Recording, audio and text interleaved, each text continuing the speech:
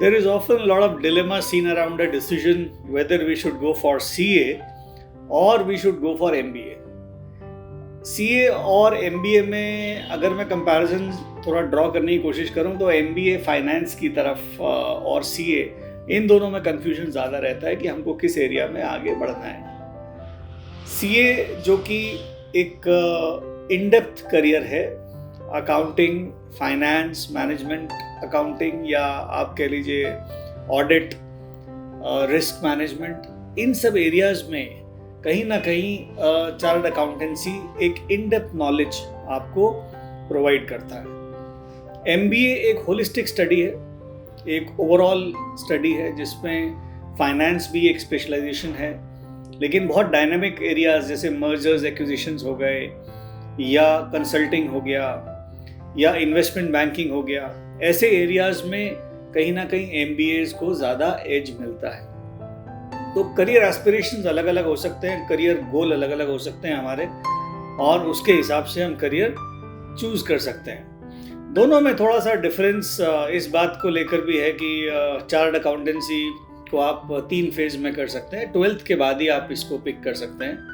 आप CPT कर सकते हैं स्टार्टिंग में, एक फर्स्ट राउंड इसका फाउंडेशन होता है, उसके बाद IPCC लेवल होता है और फिर फाइनल स्टेजेस होती हैं। एंड MBA को आप ग्रेजुएशन के बाद ही कर सकते हैं। तो MBA जनरली मैंने देखा है कि एक एक्सपीरियंस्ड पर्सन जो ऑलरेडी जिसको वर्क एक्सपीरियंस है वो करने की कोशिश करता है, जबकि चार्टर्ड अकाउंटेंसी एक on the way, on the job training है।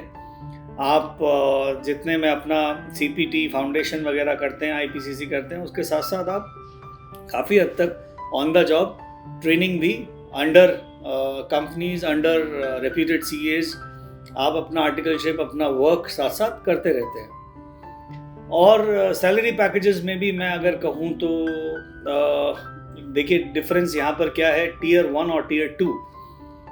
Tier 1, Tier 2 कॉलेजेस MBA के भी इतना आसान नहीं होते।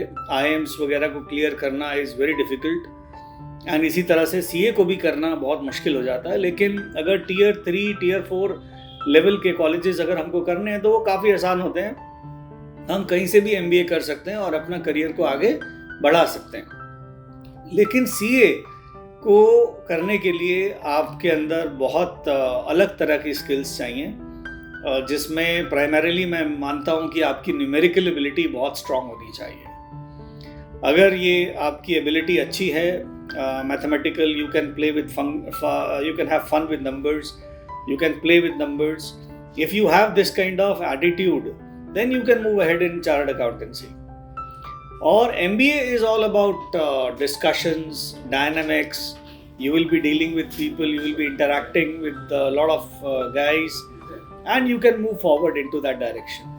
So once we take this idea of taking up this aspiration to do MBA or CA, we will be able to catch up with our I would say the prospects that we, or the outcomes that we want from these 2 programs.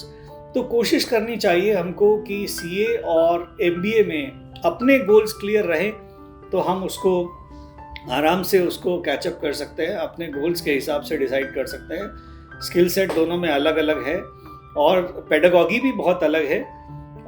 MBA course में अगर आप आगे बढ़ते हैं तो आपको एक formal pedagogy मिलती है जहाँ पर आपकी केस स्टडीज़, आपके साथ थियोरेटिकल और प्रैक्टिकल क्लासेस दोनों होती हैं, जबकि chartered accountancy is more over entirely practical. तो काफ़ी डिफरेंसेस हैं दोनों कोर्सेज में। लेकिन अगर ये समझा जाए, ये पूछा जाए कि दोनों में सैलरी वाइज क्या बेहतर है, तो ये एक इंडिविजुअल के ऊपर डिपेंड करता है कि आप MBA में ज़्यादा सैलरी ड्रॉ कर पाते हैं या CA में। तो ये एक पर्सनल आपके डिसीजंस हो सकते हैं जो आपको कहीं पर भी आगे ले जा सकते हैं। बट दोनों ही फाइनेंस के एक सॉलिड करियर्स हैं। अगर आप MBA करें तो किसी टॉप कॉलेज से करें और कोशिश करें, कई लोग तो ये भी करते हैं कि CA और MBA दोनों ही कर लेते हैं, because CA puts you into advisory roles, MBA puts you into functional roles.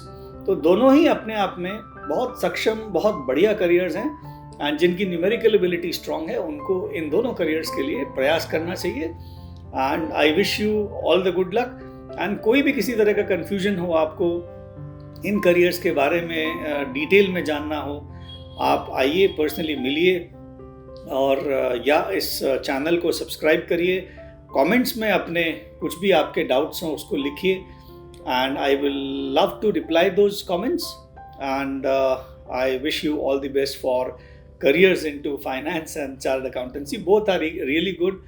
You can see your own strengths and weaknesses accordingly. You can plan which one is better for you, or you would like to take up both.